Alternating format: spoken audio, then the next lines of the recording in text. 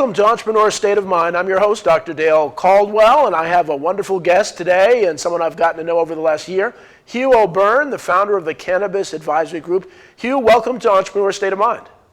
Thank you, Dale. I'm delighted.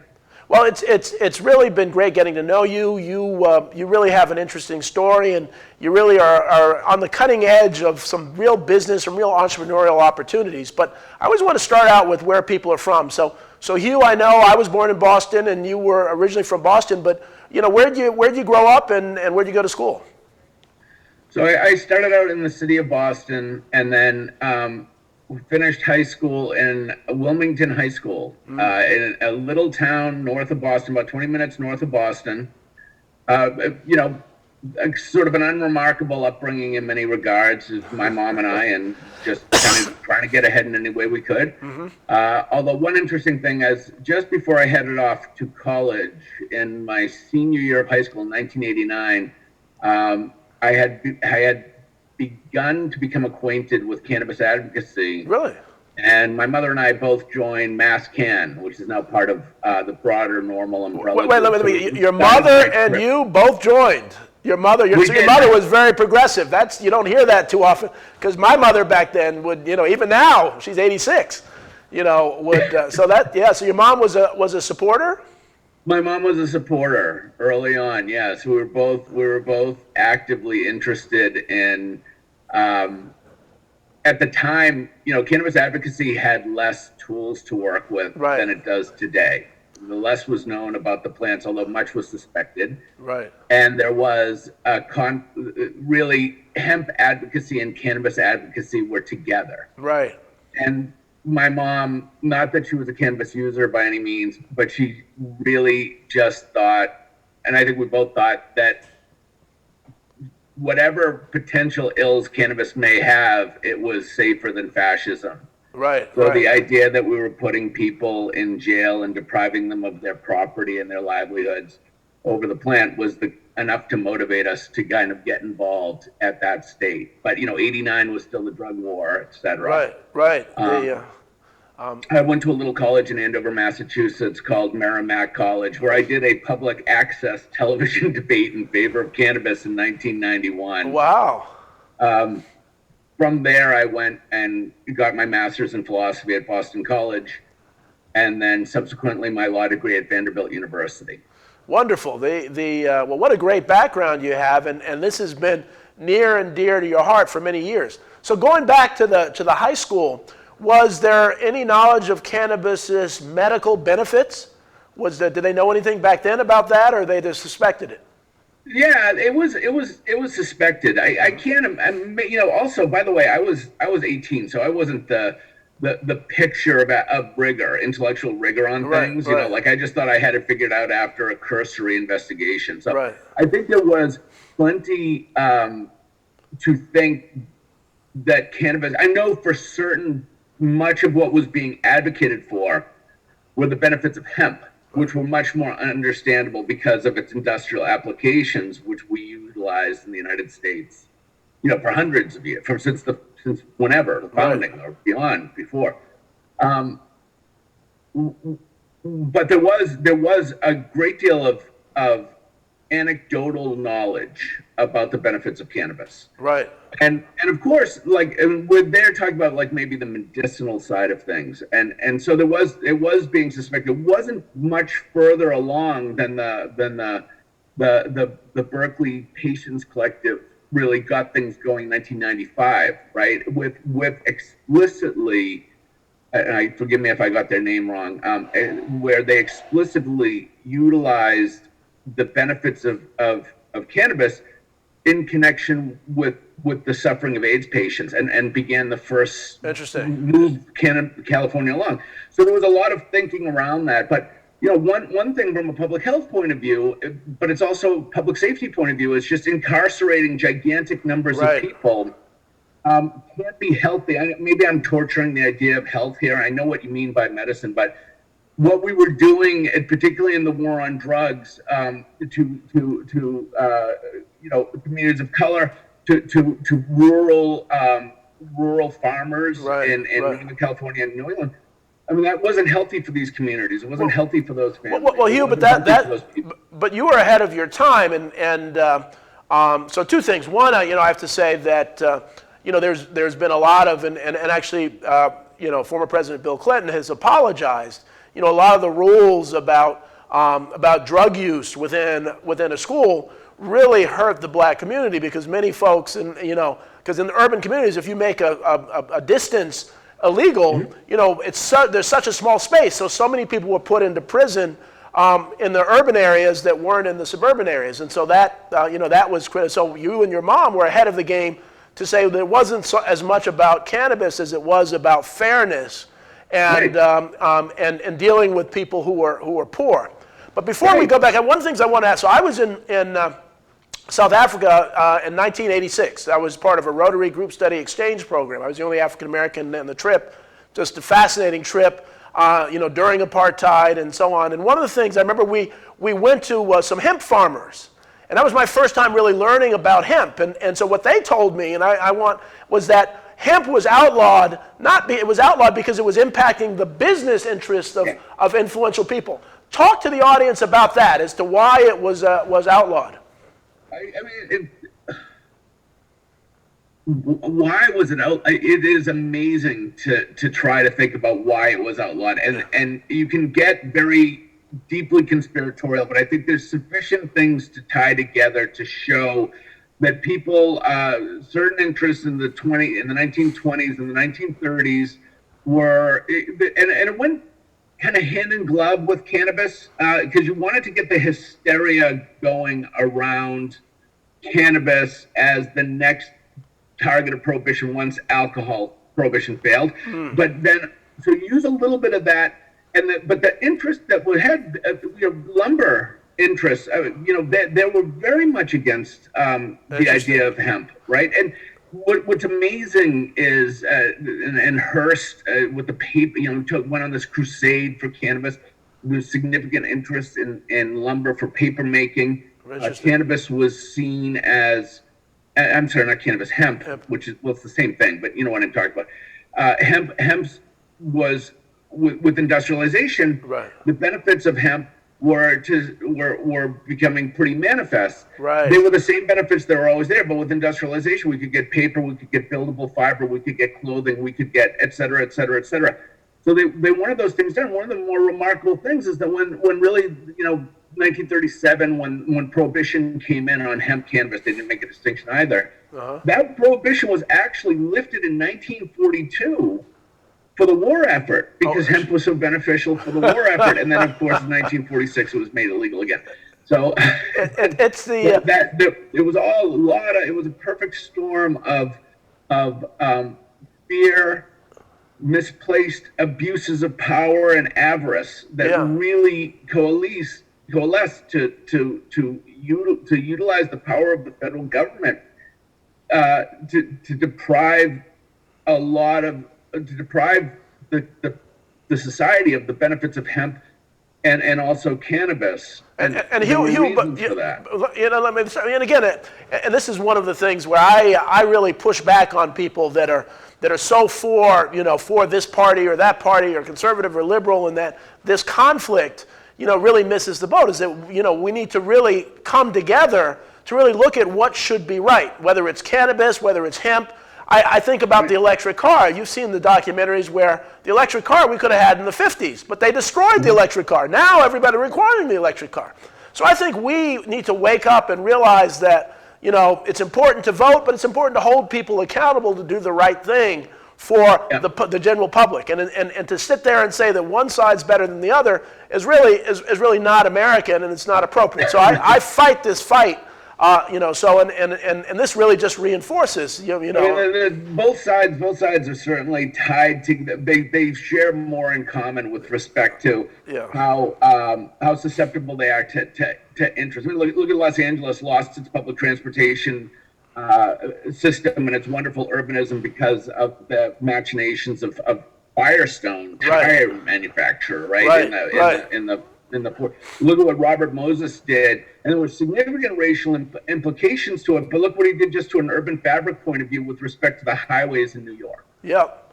Right? I mean, these are really significant things, and they all tend to go hand in hand. And for some, maybe not so mysterious reason, the poor take it in the teeth, and the vulnerable take it in the teeth. The poor lose. Share in those benefits. And one of the things, and one of the reasons I'm interested in discussing and learning about cannabis is, as you know, I've started this program called Entrepreneur Zones, and we convinced the governor and the New Jersey Economic Development Authority to put together a working group to study entrepreneur zones, which really, in some ways, counter the government's the government's opportunity zones, which in theory can be good and they work in some places, but real estate developers get tax breaks for building real estate, pushing out poor people and building these expensive real estate. So the cities look great, but poor people have been pushed out. So the idea of having an entrepreneur zone where you have an ecosystem in the urban community so people can thrive and support there, and one of the businesses could be a cannabis business.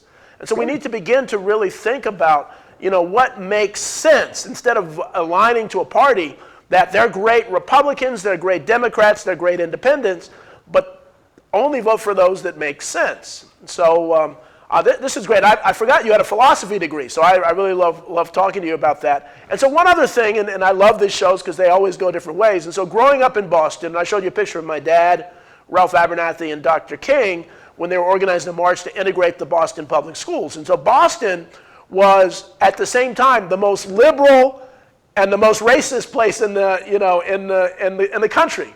And so as someone who, I assume you have Irish descent and so on, you guys were among the, so talk to me a little bit about that experience from a white perspective, because I have it from the black perspective, being in Boston, which is such a contrast.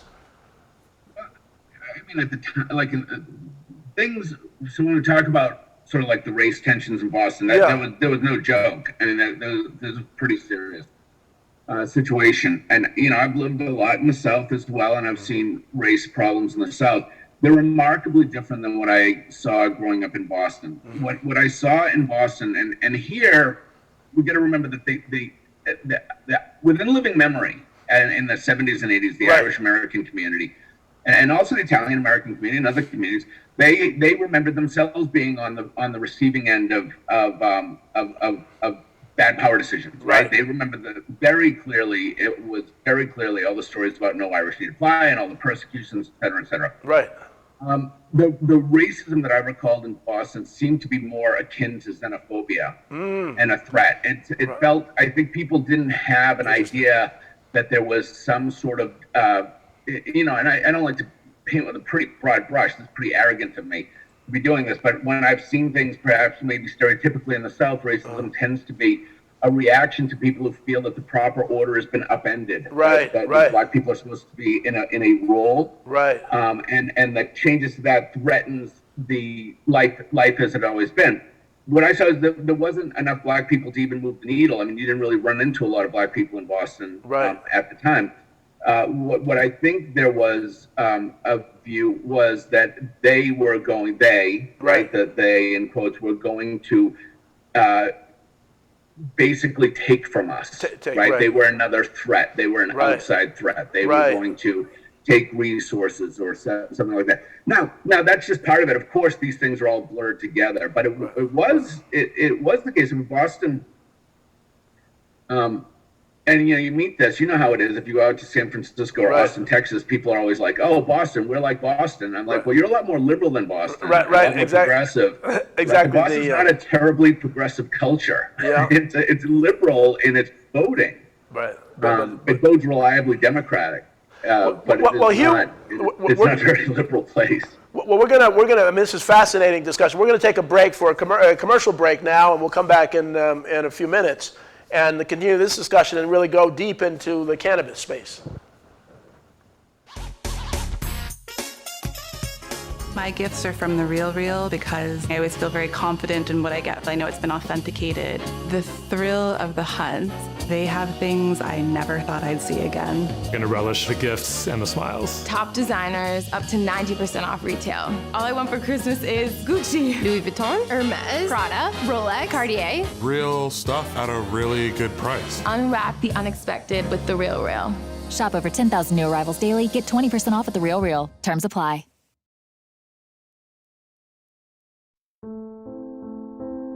more than 200,000 people in the U.S. who have died from COVID-19. Hundreds more die every day, still an alarming rate of loss.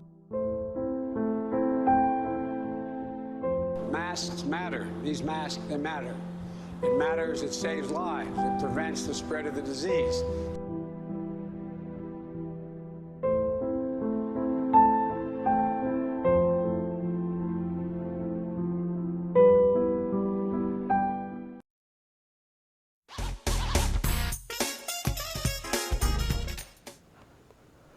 Welcome back to Entrepreneur State of Mind, and I have Hugh O'Beirne. I'm Dr. Dale Caldwell, and we were just talking about Boston and some of the issues in Boston. And so Hugh, thanks so much for sharing. Boston's a very complex place, but I love the rationale that you had about supporting this this idea of allowing people to partake of their freedoms. And so let's talk about cannabis and this advisory group. So how did you start that? Why did you start that? And where did you start that? Yeah, so my advocacy was mild and early in the 80s and 90s, and it drifted during my career. So after I got out of law school, I had a pretty standard I was at one of these Wall Street law firms, and then I was a general counsel of a public company, and I did that sort of thing. I always kept my passion for it, but I didn't do much on the advocacy side.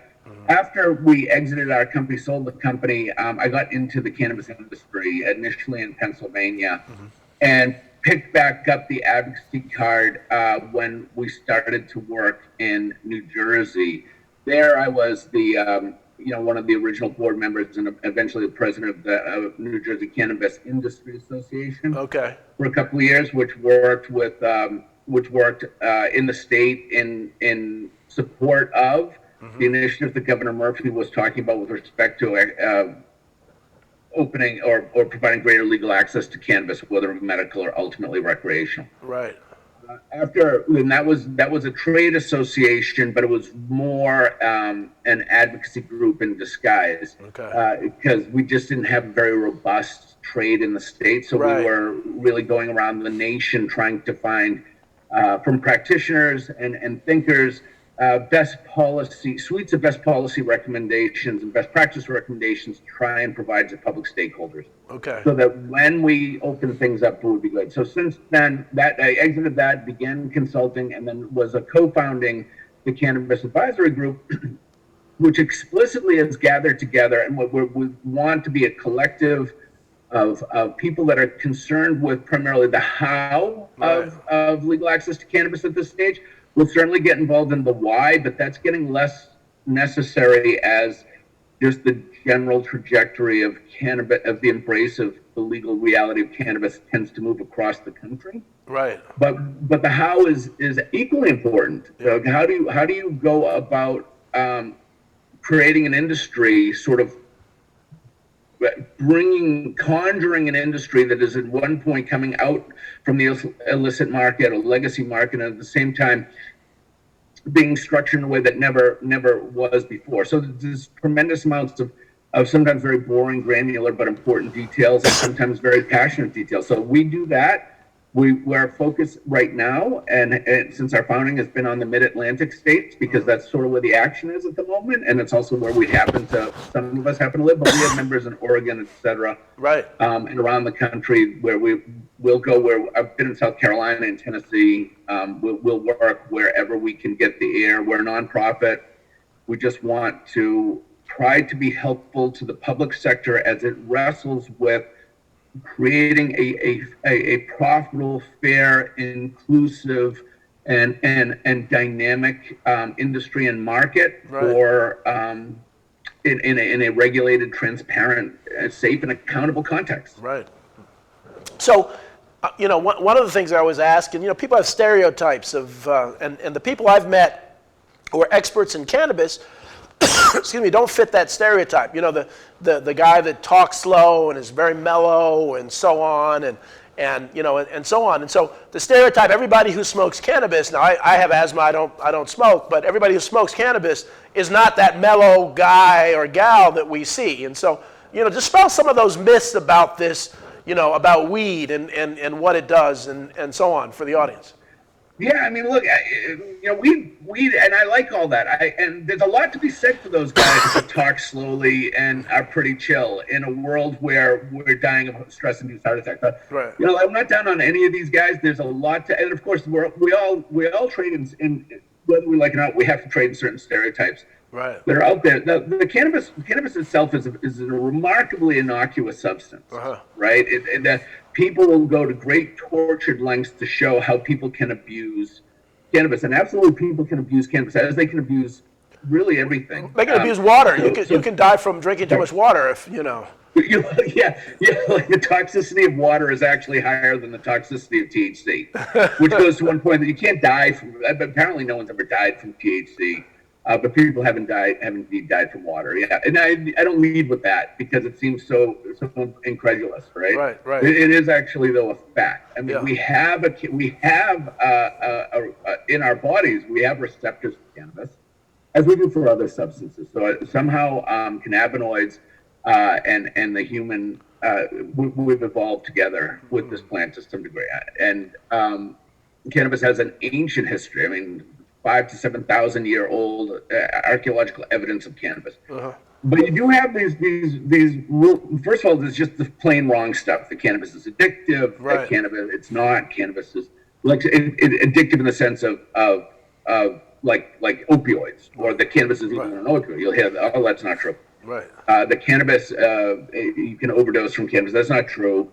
People can get very uncomfortable with too much cannabis. They can panic. They can call poison hotlines. They can go actually die. Well, like they do from children's aspirin, for instance. Right. All right, so you have all of those phenomena, and then you have the next set of objections, which are, and these are based on. Remember, we've been conditioned by an active governmental and other program to tell us that this is some sort of evil thing, even though it was completely legal and there were businesses around it for 100 years prior to it being illegal. Right. Or at least 80 years prior to it being illegal. But there's this view, and I've had this at a debate. I remember at a town hall meeting, someone got up and said the stereotype of cannabis people are losers. They're dopers. They don't act. They don't do anything. And I said, well, I noticed you're holding an iPhone. And you've probably flown on a Boeing plane. And let me just tell you, those two things are created in areas that have recreational cannabis. Right. So the idea that they're just going to have lethargy sweep our society once cannabis is legalized, and people are just going to it's just not true. And you find cannabis users amongst Ivy League professors, certainly amongst Wall Street people. I mean, it's always been that way. And I think if people are actually honest, they won't find with themselves, they don't find that terribly surprising. Right.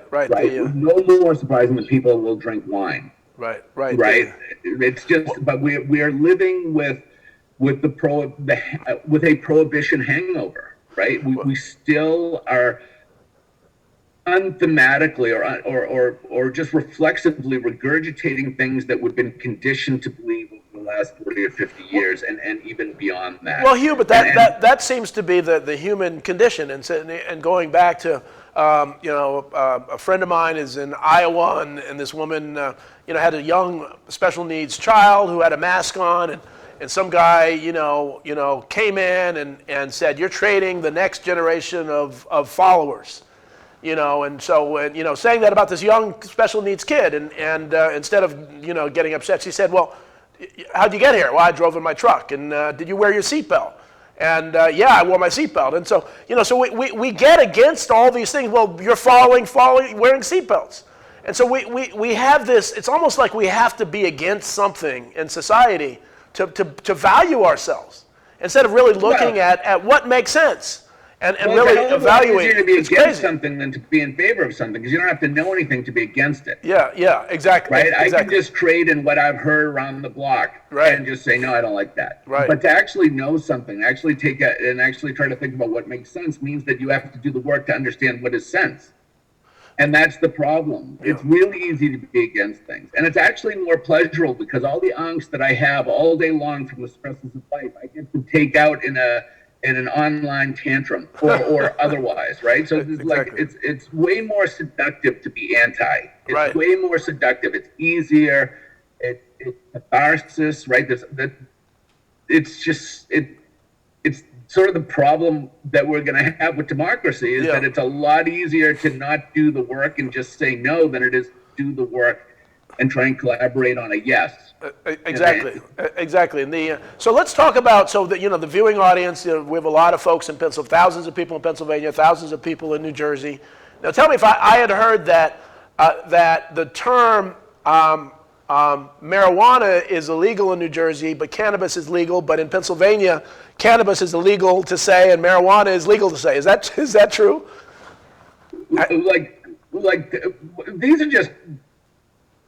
These are necessary fictions. Right. Interesting. Right. So we have a plant. Right. And we can designate this plant a number of different ways, like botanically as well as culturally.